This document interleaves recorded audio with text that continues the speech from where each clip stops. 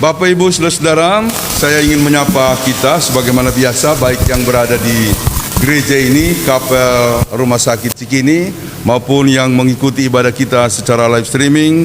Salam. Mungkin masih ingat cerita saya tentang seorang pendeta yang bertobat. Pendeta bertobat. Itu lucu ya, tetapi memang kenyataannya begitu. Ini pendeta tua. Jadi di wilayah Morowali dulu waktu saya melaksanakan tugas vikaris, saya mengenal seorang pendeta senior, pendeta tua. Ketika dia ditugaskan di suatu kawasan, di tempat, dia lalu membuka lahan, ya, baik coklat maupun usaha yang lain di bidang pertanian, karena gaji pendeta pada waktu itu sangat minim. Ya, sampai sekarang pun gaji pendeta GKST sangat minim, ya. Masih minim, ya. Masih minim, baik yang di daerah maupun yang di Jakarta, begitu ya. Tapi itu pergumulan kita. Ya, saya cerita sedikit ya soal tantangan kita di GKST. Dulu saya tugas di Palu itu saya terima gaji full. Masih muda saya ditaruh di Palu, ya. Tunjangannya, gajinya full, tunjangannya penuh, begitu ya. Karena gereja besar, ya, itu 1000 lebih jiwanya, anggotanya. Jadi memang semua terjamin. Gajinya, tunjangannya, lalu kemudian ongkos bensinnya, kendaraannya, kita hanya melaksanakan tugas. Tetapi ketika saya pergi ke beberapa daerah di luar kota, misalnya di Lindu, lalu kemudian di Wakabula atau di Tompe atau yang jauh-jauh di luar Palu, kasihan pendetanya itu cuma dapat sedikit. Bahkan kadangkala untuk menutupi gaji supaya dipenuhi tabel yang ada, bukan dibayar dengan uang, dibayar dengan apa? Dengan beras lah, kelapa lah. Tapi kan persoalannya anak-anak mereka kan butuh uang untuk sekolah. Itu membuat kami miris, ya, sedih. Dan kebetulan di rumah Pastori 2 tempat saya dulu tinggal, itu pendeta-pendeta muda selalu mampir. Dia bilang, Phineas, kita ini suka jalan-jalan di Palu tapi tidak ada tanpa, tidak ada rumah. Oleh karena itu kalau bisa di rumah datang, yang penting bawa beras. Makanya numpuk di situ pendeta-pendeta muda. Beras kalau mereka tiap kali datang itu selalu dibawa. Kita mendiskusikan bagaimana supaya ada keadilan. Bagaimana supaya ada keadilan. Nah, karena itu kita mendatangi pendeta klasis waktu itu, pendeta Oscar Galuh Mokole, dan kita diskusikan, dia siap asal kalian ini berjuang. Nanti kita putuskan di rapat klasis. Maka tibalah rapat klasis waktu itu dilaksanakan di Tompe. Lalu ada wakil dari sinode datang.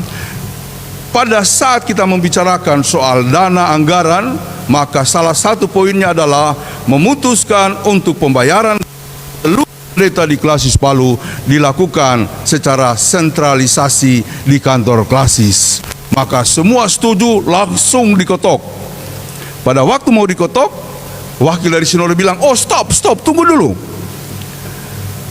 Saya pikir kalian membahas ini untuk diajukan di sidang sinode.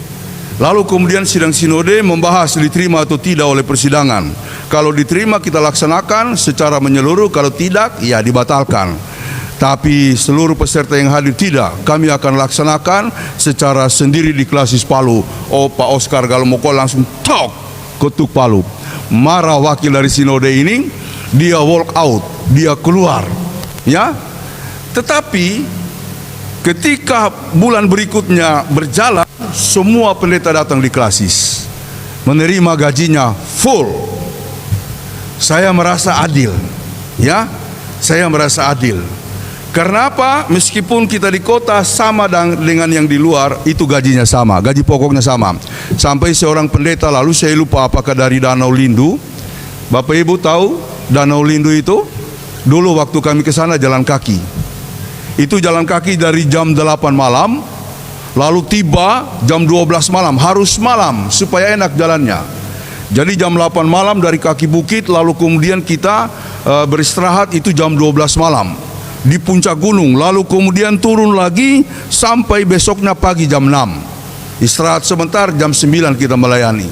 Sampai begitu kondisinya. Nah, sudah begitu gaji pendetanya memang sangat terbatas. Lalu diketok, kemudian disahkan, semua pendeta datang menerima gaji di klasis. Nah, ada pendeta, saya lupa apakah dia dari desa atau jemaat sekitaran Danau Lindu, dia bilang begini kepada Pak Pendeta Klasis, Pak Pendeta Klasis, kalau begini biar sampai kapanpun saya melayani di luar sana, saya siap. Yang penting gaji saya dipenuhin. Bayangkan itu, saking bangganya dia bilang seperti itu. Saudara-saudara, tapi sayang, setelah kemudian sidang sinode berikutnya dibatalkan. Jadi cuma satu periode sampai sekarang. Jadi yang di kota enak sendiri, yang di desa kasihan, susah sendiri. Tapi waktu itu kita bergumul. Nah, saya masih punya tekad dan cita-cita bila mana nanti dipercaya untuk ikut terlibat dalam kemajelisan sinode, itu yang harus saya perjuangkan dan harus berhasil. Karena kami sudah punya pengalaman di klasis. Tidak boleh egois, ya kan? Kalau perlu gaji kita dikasih ke semua orang yang ada di daerah. Saudara-saudara, beberapa sidang sinode tahun lalu di Tentena diputuskan untuk pembayaran gaji itu secara sentralisasi, tidak berhasil, belum berhasil. Diputuskan lagi di Palu, belum berhasil. Diputuskan lagi lalu di sidang sinode di Bethlehem, saya ikut, sampai sekarang belum ada tanda-tanda. Kemungkinan juga susah. Saya pikir itu harus, karena bagaimana mungkin kita akan melayani dengan baik kalau tidak ada keadilan. Salah satu bentuk keadilan adalah bagaimana kita melakukan penyerataan kesejahteraan dari gaji-gaji para pendeta. Jadi itu persoalan kita, mohon doanya ya. Tapi dulu memang begitu, ya sampai sekarang sih. Karena itu pendeta yang saya cerita tadi buka lahan, buka coklat, lalu kemudian dia punya usaha-usaha lain yang di bidang pertanian. Setelah dia bertugas selama di situ satu periode, bahkan lebih, lalu ada surat mutasi. Kalau GKST kan masih mutasi ya, masih dipindah-pindah, habis satu periode pindah lagi. Dulu bisa 2 periode, sekarang tinggal 1 periode. Jadi dari jemaat yang satu pindah ke jemaat yang lain. Dulu bisa ditahan, Pak Ketua Sinode kan masih membangun, kalau bisa pendeta ini masih ditahan. Sekarang tidak bisa, dulu bisa. Jadi satu periode pindah dan pindah lagi. Maka pendeta yang saya cerita ini, lalu ketika dapat mutasi, dia tidak bersedia dipindahkan. Nah, dia mengatakan kepada sinode, kalau saya dipindah, lebih baik saya berhenti jadi pendeta. Dan dia berhenti. Ya, maksudnya bukan berhenti total ya, dia cuti ya, mungkin sambil menunggu kebijakan dari sinode untuk biar saja dia di situ. Karena dia udah punya kebun coklat, ya, ada sawahnya juga dan lain-lain. Saudara-saudara, ketika dia menolak mutasi, maka dia sibuk dengan pekerjaannya, ke kebun coklat atau ke sawah. Sekali waktu dia bersihin kebun coklat, mangkas atau motong, kalau kita bilang di sana baparas rumpu, ya toh. Sementara dia baparas, lalu kemudian gagang, ya, gagang celuritnya, goloknya patah. Lalu ujung daripada goloknya itu memang langsung kelempar kena di tulang kering dia. Itu dia menjerit setengah mati begitu ya, luka begitu ya, dia dibawa lari ke puskesmas. Saudara-saudara, dia bilang, jangan-jangan ini teguran Tuhan buat saya yang tidak bersedia untuk dimutasi, itu kan melawan Tuhan. Tapi dia keraskan hatinya, dia bilang, saya kan sudah sampaikan ke sinode, saya masih mau melayani asal di sini. Kalau tidak, saya tidak apa-apa di sini saja sambil saya mengolah usahanya. Saudara-saudara, waktu berjalan, lalu di daerah itu, di desa itu ada perbaikan jalan, ya, jalan di aspal. Aspal kalau dulu kan dimasak di drum aspal ya, di pinggir-pinggir jalan itu lalu ada tungku-tungku besar, kemudian aspalnya dimasak sampai mendidih. Sesudah mendidih biasa baru disiram ke jalanan supaya bisa dioleskan sama pasir. Begitulah cara pengaspalan dulu. Kalau sekarang kan enak ya, tempat masaknya itu sudah ada treknya, sudah ada mobilnya sendiri. Kami atau orang-orang di desa biasa kalau ada orang kerja bikin aspal atau lagi pengaspalan jalan suka nonton. Ya kan, suka nonton. Orang dari Sulawesi gitu, kalau ada orang kerja suka sekali nonton ya. Dan ternyata saudara-saudara, kelakuan ini bukan baru kita yang mengalami. Dr. Adriani itu temannya Albert Christian Kreutz, penginjil yang datang di daerah kita tahun 1892. Kreutz dulu datang, habis itu Adriani. Nah, ada pengalaman dari Adriani ketika dia baru pulang dari suatu tempat, dia lagi beres-beres rumahnya karena harus dibersihkan. Lalu orang-orang Poso itu datang, nonton, duduk begitu. Ya, mau polu-polu, duduk jongkok, langsung lihat ini bule ini kerjain apa, begitu kan. Begitu kesaksian dari Dr. Adriani. Jadi nanti setelah dikasih oleh-oleh, ya, dikasih oleh-oleh, kue atau apa, roti, baru mereka pergi. Jadi saya rasa lucu ya, persis kelakuan kita waktu masih kecil ya. Kalau ada orang datang dari mana, kita datang di rumahnya, tunggu ya, so dikasih gula-gula baru kita pergi begitu ya. Saudara-saudara, jadi nontonlah orang-orang di desa. Pendeta tadi bukan cuma nonton, dia penasaran bagaimana sih itu aspal yang yang dimasak di dalam drum mendidih. Ya, memang kan aspal itu mendidih, tapi dia entah kenapa dia pengen sekali mau lihat langsung. Sudah, dia jalan pelan-pelan, pas dia lihat begini, itu aspal yang mendidih meletup langsung menimpa badannya, sekujur badannya. Itu langsung dia dibawa lari ke rumah sakit ya. Untung matanya tidak apa-apa, paling ada bekas waktu itu ya, bekas-bekas dari kebakaran dengan aspal yang mendidih. Setelah kejadian itu, dia langsung menghadap sinode. Dia bilang, Bapak Ketua Sinode, saya siap ditempatkan dimanapun. Langsung setelah itu, dia dapat surat keputusan, dia ditempatkan. Saudara-saudara, dia mengajarkan kepada kami begini, jangan menolak panggilan Tuhan, cilaka 12, ya kan?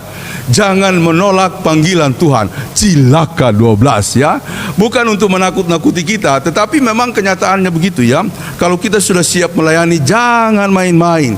Jangan, kalau saya punya prinsip itu, jangan setengah-setengah hati.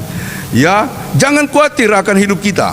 Sebab burung saja dipelihara, bunga bakung didandani. Walaupun mereka tidak bekerja, tapi mereka sangat-sangat indah dibuat oleh Tuhan.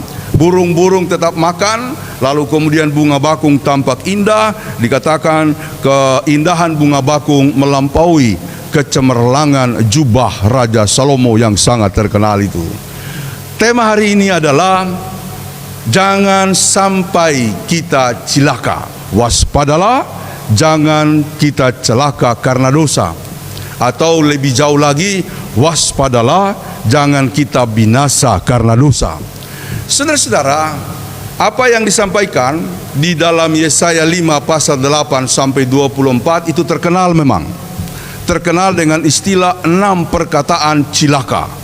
6 perkataan celaka bagi orang yang melakukan pelanggaran. Jadi saya press ya penjelasannya supaya lebih singkat. Mohon maaf ya, karena agak terlambat tadi kita kebaktian ya. Ya, tadi lewat di Kemanggisan, saya pikir dengan jalan itu agak cepat. Ternyata di kawasan yang disebut protokol utama ada Car Free Day. Ya sudah, terpaksa kita mutar kiri, mutar kanan. Ya, alasan klise itu Pak Pendeta, ya kan? Dulu kan saya bilang nggak ada alasan macet-macet begitu ya. Tapi ya begitulah. Mohon maaf kalau agak terlambat tadi. Saya akan press ya. Di dalam bagian pertama ada 2 bagian. Pasal 8 ayat 8 sampai 17 itu mengenai hukuman Tuhan karena kita mengabaikan tugas dan tanggung jawab kita kepada sesama manusia. Lalu bagian yang berikut 18 sampai 24 itu karena kita abai terhadap tugas dan tanggung jawab kita kepada Tuhan.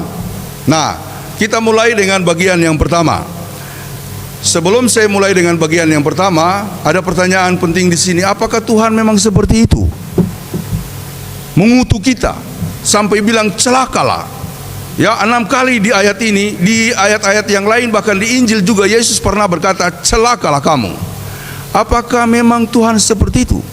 Saudara-saudara, Tuhan tidak seperti itu. Tuhan bukanlah orang atau pihak atau sosok yang suka mengutuk, bukan. Dia Allah yang maha mengasihi dan maha mengampuni. Tetapi begini, kesabaran Tuhan juga ada batasnya. Bukan seperti kesabaran kita yang ada batasnya. Kesabaran Tuhan yang ada batasnya itu karena apa yang kita lakukan sebagai kejahatan, baik dalam ranah yang pertama maupun ranah yang kedua, itu sudah melampaui batas-batas yang normal. Itulah sebabnya Tuhan harus melakukan tindakan. Karena itu ada penghancuran Sodom dan Gomora. Karena kejahatannya itu sudah sedemikian tidak bisa ditolerir. Kemudian ada penghancuran manusia dengan air bah, bumi dengan air bah di zaman Nabi Nuh. Karena kejahatan manusia sudah sangat meningkat. Ya, kalau umpamanya digambarkan sebagai suatu grafiknya itu sudah menyentuh langit.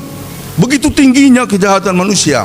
Jadi kalau misalnya Tuhan mengatakan celakalah kita, bukan karena dia ingin membinasakan kita atau mengutuk kita, bukan. Karena sebuah kejahatan yang begitu nyata tidak mau kita lepaskan dalam diri kita. Ya, ini perlu jadi renungan kita, karena barangkali kita mengalami kehancuran atau mungkin ya disentil Tuhan. Ada yang bilang, oh Tuhan so tampar saya. Bila itu terjadi, mungkin saja ada sesuatu yang salah, yang barangkali sudah bertahun-tahun Tuhan minta dikoreksi atau kita ubah, tidak juga kita lakukan. Nah, inilah latar belakang mengapa kemudian hukum celaka atau kata-kata celaka itu disampaikan kepada Yesaya untuk ditujukan kepada bangsa Israel. Mulai dari ayatnya yang ke-8. Saya bacakan ayatnya yang ke-8. Demikian bunyinya. Celakalah mereka yang menyerobot rumah demi rumah dan mencekau ladang demi ladang, sehingga tidak ada lagi tempat bagi orang lain, dan hanya kamu sendiri yang tinggal di dalam negeri. Saudara-saudara, untuk bagian ini Tuhan marah kepada mereka yang bertindak semena-mena kepada sesamanya, apalagi mengambil hak yang bukan haknya. Dan di dalam Injil sendiri Yesus pernah mengatakan kepada orang-orang Yahudi, misalnya Matius 23 ayat 14, celakalah kamu hai ahli-ahli Taurat dan orang-orang Farisi, hai kamu orang-orang munafik, sebab kamu menelan rumah janda-janda, sedang kamu mengelabui mata orang dengan doa yang panjang-panjang. Sebab itu kamu pasti akan menerima hukuman yang lebih berat. Jadi dari zaman ke zaman, bagaimana orang memeras, menindas kaum lemah, itu adalah kejahatan yang ditentang oleh Tuhan. Oleh karena itu jangan lakukan. Ya, celaka yang pertama kalau kita memang menjadi penindas bagi sesama yang lain. Kita menindas orang-orang lain. Yang berikut adalah ayatnya yang ke-11. Di ayatnya yang ke-11 dikatakan, celakalah mereka yang bangun pagi-pagi dan terus mencari minuman keras dan duduk-duduk sampai malam hari, sedang badannya dihangatkan oleh anggur. Saudara-saudara, untuk celaka yang kedua ini sebenarnya itu bukan soal orang minum anggur biasa. Ini dia adalah pemabuk. Sudah pemabuk, pengacau, ya, keluarganya berantakan karena dia tidak peduli. Apakah itu ada di sekitar kita? Banyak sekali, ya, sampai masalah-masalah dalam rumah tangga muncul akibat minuman keras. Sekedar minum, kan orang Yerusalem kan minum anggur. Itu kebiasaan mereka kalau pesta minum anggur, sebab itu adalah jamuan atau suguhan minuman yang sangat diandalkan pada waktu itu. tapi minum dalam kerangka terbatas, ya kan? Kalau kita dulu di Sulawesi minum cap tikus, ya toh? Minum cap tikus dulu kalau kita di tempat dingin misalnya ya, di daerah-daerah dingin. Kalau umpamanya kita ambil contoh ya di kampungnya Reni itu dingin sekali itu kali itu, ya. Atau kalau dulu waktu saya kuliah kita selalu rapat kerja mahasiswa di Malino, oh itu dingin sekali. Atau dulu saya praktik di Tanah Karo itu di, saya lupa namanya itu, Brastagi. Oh itu dingin sekali, Brastagi ya. Kita mandi itu hanya berani 1 kali 1 hari, yaitu jam 12 pada saat benar-benar badan kita hangat. Nah, di dalam situasi dingin seperti itu, biasanya kita disuguhkan, ya, tuak atau kalau di sana tidak ada cap tikus, kalau kita cap tikus 1 sloki saja, hanya untuk menghangatkan badan. Jadi itu sesuatu yang alamiah, bahkan sangat manusiawi dalam lingkungan kita. Cuma yang masalah itu kalau udah jadi, ya, udah jadi peminum, sampai kemudian tidak bisa lepas dari minuman keras, kecanduan, dan itu menjadi masalah dalam keluarga. Ini Tuhan tentang, ya, Tuhan tentang. Jadi kalau mau dikembangkan dalam segi yang lain, bukan cuma soal minuman, dalam hal-hal yang lain juga kalau kecanduan, itu Tuhan tentang. Celakalah misalnya ya, bukan cuma bapak-bapak yang minum, bukan cuma ibu-ibu juga ada yang minum tuh, ya, ibu-ibu juga ada yang minum. Sekarang ini serba maju, ya, ibu-ibu ada yang minum, bapak-bapak ada yang minum, bapak-bapak merokok, ternyata ibu-ibu juga ada yang merokok ya. Ada. Saya sih tidak alergi hal-hal seperti itu. Tetapi pada prinsipnya kalau semuanya serba kecanduan, itu akan berbahaya. Nah, karena di dalam perjanjian baru dikatakan, dan janganlah tiap-tiap orang hanya memperhatikan kepentingannya sendiri, tetapi kepentingan orang lain juga. Filipi 2 ayat 4 atau Yakobus 3 ayat 16, sebab di mana ada iri hati dan mementingkan diri sendiri, di situ ada kekacauan dan segala macam perbuatan jahat. Intinya kalau kita egois, hanya memikirkan diri kita, dan karena itu kita tidak peduli keluarga, tidak peduli orang lain, lalu kita minum terus, itu kemudian akan ditentang oleh Tuhan. Nah, kata celaka yang ketiga itu ada dalam ayatnya yang ke-18. Ayatnya yang ke-18 berkata begini, celakalah mereka yang memancing kesalahan dengan tali kedustaan dan dosa seperti dengan tali gerobak. Ini udah masuk pada kata celaka ranah kedua. Celaka ranah pertama tadi yaitu ketika kita bertindak dengan penuh kejahatan, menimbulkan dosa di antara sesama manusia. Sekarang kita mengabaikan Tuhan. Celakalah mereka yang memancing kesalahan dengan tali kedustaan dan dosa seperti dengan tali gerobak. Ya, kalau kata-kata sekarang ini, jangan ada dusta di antara kita.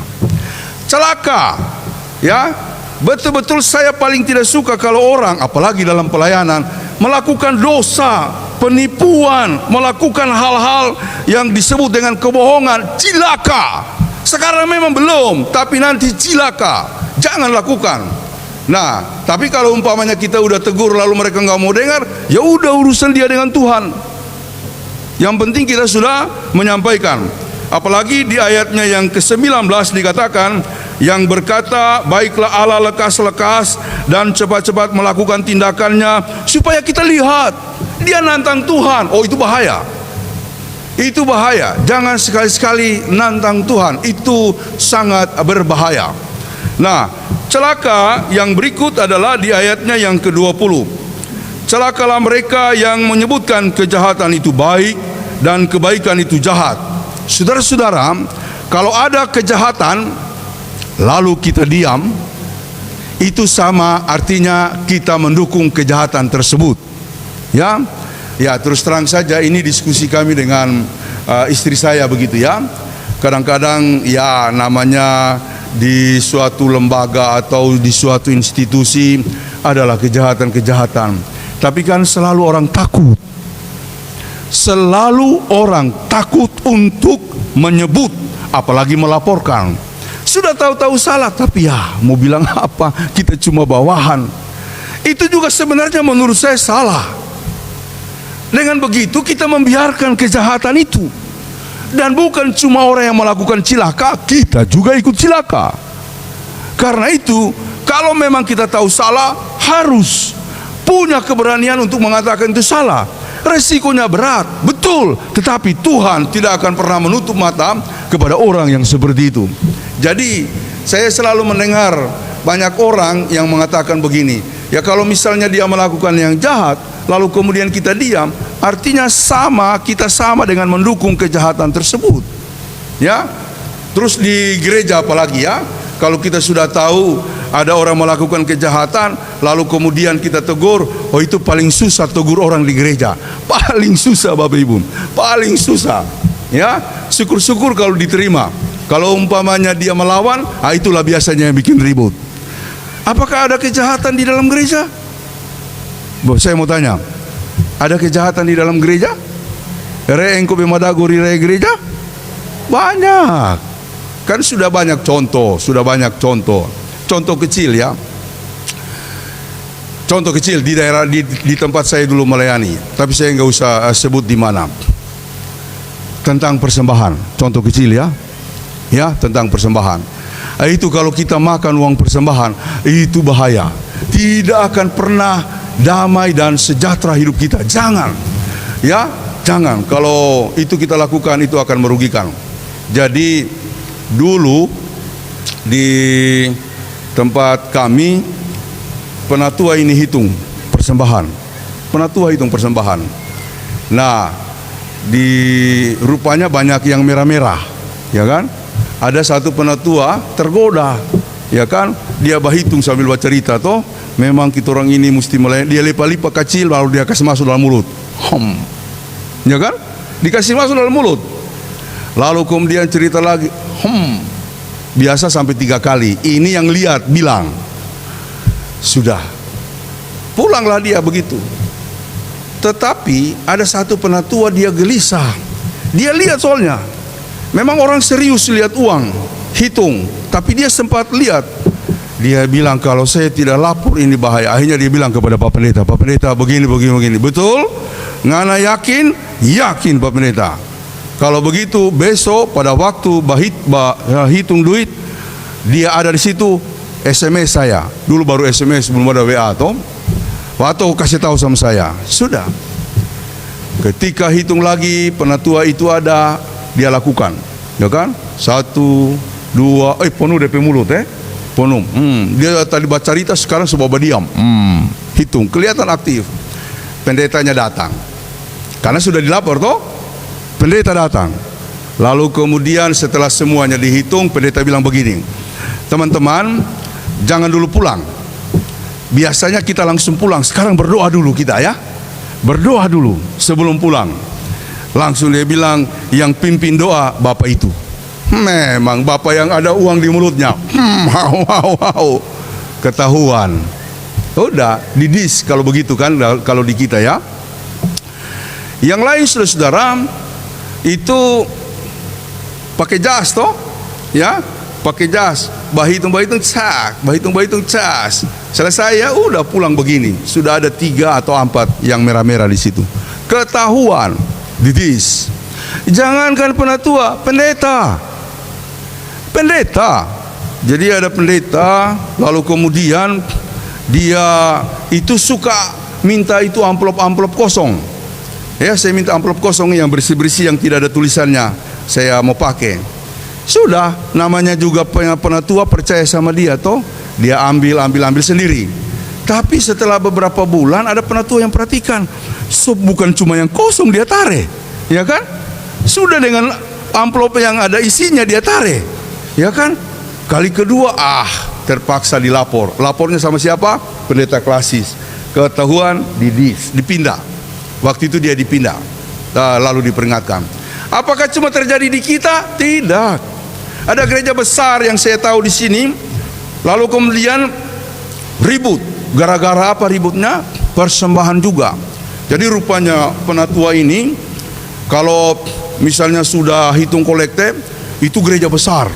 Oh, itu kalau hitung kolekte di situ banyak sekali, ya kan? Tidak ada yang 5.000. Kalau kita masih ada yang 2.000 ya. Di sana tidak ada 5.000. Kemarin ada yang 2.000. Karena minggu pertama waktu lalu saya pimpin, waktu saya bilang itu jangan ada yang 2.000 ya. Kasih Tuhan sama dengan kasih tukang parkir, itu mah keterlaluan. Iya toh, kecuali kalau tidak ada uang toh. Tapi setelah dihitung, nggak ada 5.000. Saya kasihan gitu loh. Jangan-jangan dia punya doi pulang, dia so pakai di sini. Kayaknya dia berjalan kaki. Tapi saya tidak, saya yakin dia pasti Tuhan berkati. Ya, minggu lalu ada yang 2.000. Ya, ya mudah-mudahan jangan ada yang 5.000 ya, kecuali anak-anak sekolah minggu. Saudara-saudara, hitunglah, semua dicurah. Ini penatua, boleh ambil itu apa? Itu kantong kolekte. Ini contoh ya. Ini contoh. Maaf ya, ada banyak cerita ini, tapi bagus. Dia curah, bagian pantatnya dia pegang begini, baru dia bilang, habis itu dia gulung, baru dia simpan. Ya kan? Begitu kelakuannya. Tapi kostor perhatikan. Kostor perhatikan. Karena apa? Hari Senin mau pergi di kantor atau pulang dari kantor, tiba-tiba dia datang. Ya namanya majelis kan wajar lah datang di gereja, datang di konsistori. Tapi apa?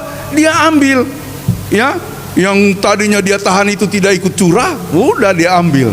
Kostor tahu, kostor lapor ke pendeta, pendetanya tidak berani tegur. Karena dia orang berpengaruh, bahkan orang berduit. Jadi jangan bilang orang punya uang itu sudah merasa cukup. Tidak. Harta itu terutama uang selalu membuat kita kurang. Mau dikasih berapapun kalau tidak ada Kristus di hati, kita tidak akan pernah merasa cukup. Tapi walaupun sedikit, asal ada Kristus di hati, hidupnya akan penuh dengan rasa syukur. Itu cukup. Cukup. Kenapa kita selama ini tidak merasa cukup? Karena tidak ada Kristus di hati, tidak ada rasa syukur di hati. Karena itu beganam paliu, moncabo pinjam lagi, pinjam lagi, pinjam lagi. Akhirnya kita terlilit dengan hutang, dan hutang itu menjadi masalah bagi kita. Saya dulu dikejar-kejar debt collector, ya. Tapi waktu saya kuliah dulu, karena saya pakai kartu kredit, apa? Ya kartu kredit yang dari bank ya. Kartu kredit. Nah, saya tidak pintar pakai kartu kredit, main ambe-ambe duit. Setelah tinggi tagihan dan bunganya, dikejar-kejar. Memang Mama Butet marah saya. Kamu ini Pak tidak pintar pakai kartu kredit. Sini berapa semua? Dia bayar 10 juta lebih. Dia bilang stop, sampai sekarang saya tidak mau lagi pakai kartu kredit. Walaupun banyak yang tawarkan. Kalau orang yang pintar itu tahu, setelah ada pengeluaran atau kita pakai langsung ditutupin. Karena rupanya kartu kredit ini bukan tabungan, dia dipakai dalam keadaan darurat kalau kita nggak punya uang. Jadi begitu saudara-saudara. Nah, kejahatan-kejahatan di dalam gereja itu banyak ya. Jadi jangan dilakukan. Sekali lagi saya mau bilang, jangan dilakukan. Karena apa? Cepat atau lambat kita akan merasakan akibatnya, sebab Tuhan tidak mau. Kemudian kata celaka yang berikut adalah pada ayatnya yang ke-21, celakalah mereka yang memandang dirinya bijaksana, yang menganggap dirinya pintar. Nah, bijaksana dan pintar ini bukan cuma sekedar pintar di kelas, bukan. Ini adalah orang yang merasa jauh lebih hebat daripada Tuhan. Ya, jadi jangan sesekali menganggap diri paling benar. Sementara kita di dunia ini tidak boleh menganggap bahwa saya lebih baik atau lebih pintar dari orang lain, apalagi dengan Tuhan. Jangan. Nah, di manakah orang-orang yang merasa lebih hebat, lebih tinggi, lebih pintar dari Tuhan? Lihat aja. Rajin gereja tidak, rajin melayani tidak, rajin doa tidak. Kalau orang tidak lagi berdoa, sama dengan merasa bahwa dia jago di hadapan Tuhan, padahal dia bukan apa-apa. Kita ini hanya semut kecil. Dalam bahasa Paulus, kita ini hanya bejana tanah liat yang kalau jatuh langsung hancur. Tapi bejana tanah liat ini akan menjadi sebuah bejana yang indah di tangan Tuhan kalau kita hidup penuh dengan iman. Ada doa, ada ibadah, ya kan? Saya ini sungguh sangat bersyukur ya. Jauh-jauh kita ini dari mana-mana selalu datang beribadah. Karena kita punya keyakinan, jangan sampai saya tidak beribadah pada hari Minggu ya. Sudah itu dari sini nanti kita dengan Ibu Cindy atau dengan beberapa teman majelis yang lain akan ke Cibubur lagi. Ya, untuk pelayanan di sana. atau dulu ke Bekasi. Ya, jadi saudara-saudara, tapi jangan menganggap bahwa itu sebuah kegiatan yang melelahkan. Jangan. Kalau itu, maka kita akan merasa berat. Di gereja Pantai Kosta yang di Cibubur itu, di mana kita bergereja sore untuk wilayah sana, di madingnya itu ada catatan. Saya saya bacakan catatannya ya, menarik sekali. Walaupun agak panjang, tetapi enak dilihat. Kata-katanya itu bagi saya menarik. Nah, dikatakan begini. Ya, mengenai pelayanan. Dikatakan begini ya. Mengenai pelayanan. Nah, bila Anda melakukannya untuk mendapatkan nafkah, itu pekerjaan. Kalau melakukan pelayanan di dalam rangka mencari uang, itu pekerjaan. Bila Anda melakukannya karena untuk Tuhan, bukan untuk saya, karena itu ada uang atau tidak, bukan problema, itulah pelayanan. Kemudian yang kedua, bila Anda keluar karena ada yang mengkritik, itu pekerjaan. Bila Anda terus bekerja sekalipun dikritik habis-habisan, itu pelayanan. Bila Anda berhenti karena tidak ada yang berterima kasih, itu pekerjaan. Bila Anda terus bekerja walaupun tidak pernah dikenal siapapun, itulah pelayanan. Bila Anda merasa semakin sulit menikmati apa yang Anda kerjakan, itu pekerjaan. Bila Anda semakin mencintai dan menikmati apa yang Anda kerjakan, itu pelayanan. Bila Anda pikirkan hanyalah kesuksesan dan jabatan, itu pekerjaan. Bila yang Anda pikirkan adalah kesetiaan, itulah pelayanan. Oh, masih banyak lagi. Kalau saya baca nanti kita tidak kelar-kelar di sini.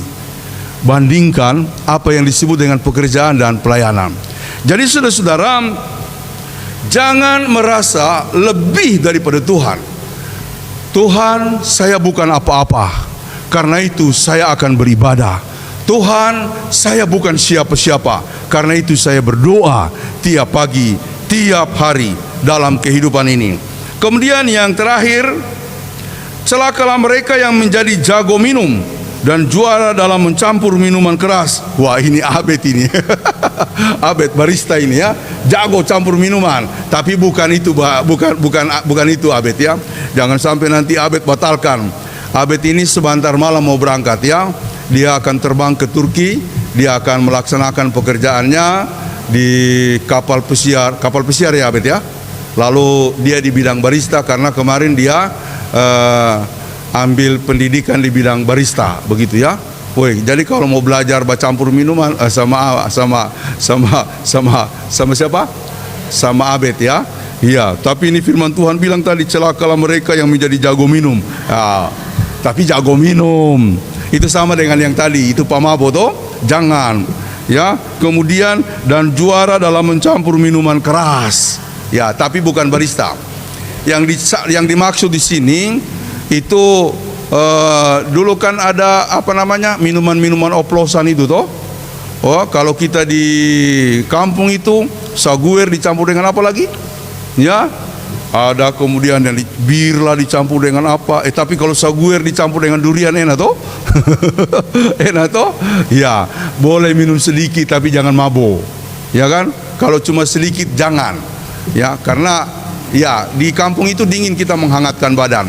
Nah, konteksnya di sini adalah bukan seperti Abed. Abed itu ilmu. Dia ilmu karena kepentingan daripada sebuah usaha, terutama di kapal pesiar atau di beberapa kafe. Nah, itu meracik dalam rangka melahirkan tes yang baru. Nah, kalau tes yang baru itu ada, itu mereka biasanya dapat nilai atau poin yang tinggi begitu ya. Poin yang tinggi.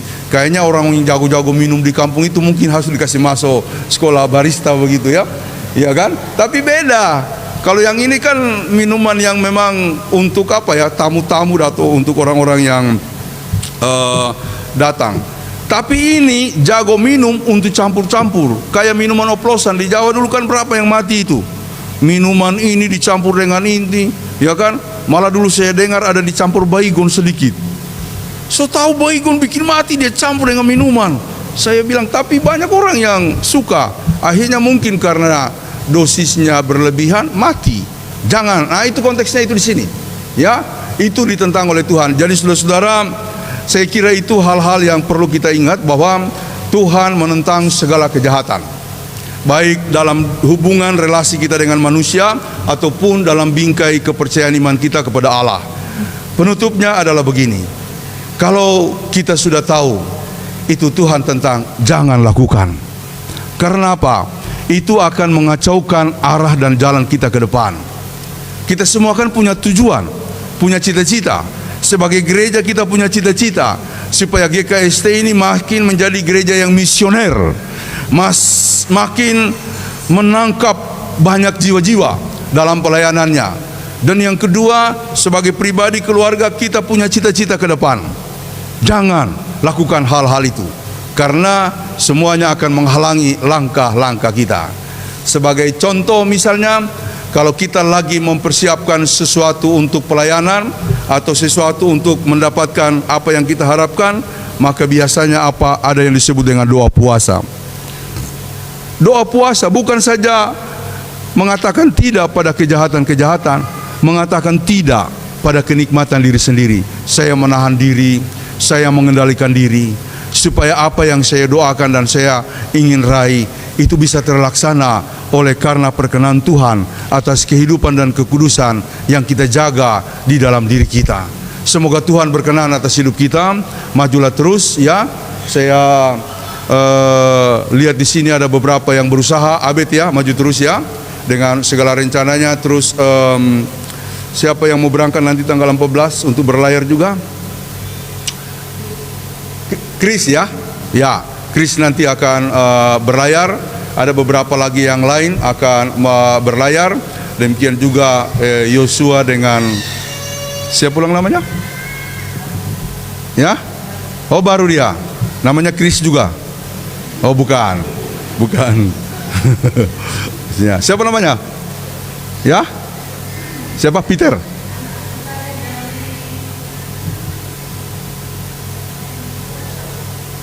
Oh, asal Poso. Sukses ya untuk segala berkatnya. Sukses juga Bu Cindy dengan segala langkah-langkah untuk memberdayakan anak-anak kita di manapun berada. Maju terus ya.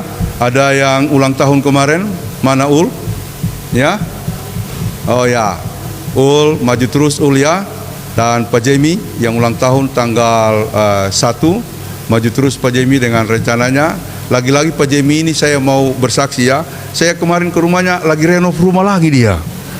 Orang lain pandemi susah setengah mati mau perbaiki rumah, dia terus renov. Jadi dia kasih naik 2 tingkat yang di bagian atas. Saya bilang, Mama Abel, memang Tuhan berkati. Mama Abel thanks ya, selalu hadir walaupun dalam keadaan yang terbatas, tapi terus datang ya. Jadi kalau ada yang mau beralasan sakit dan lain-lain sebagainya, jangan keluar dari mulut, karena Mama Abel datang dengan segala keberadaan dan keterbatasannya. Semoga Tuhan memberkati kita semuanya. Ada amin?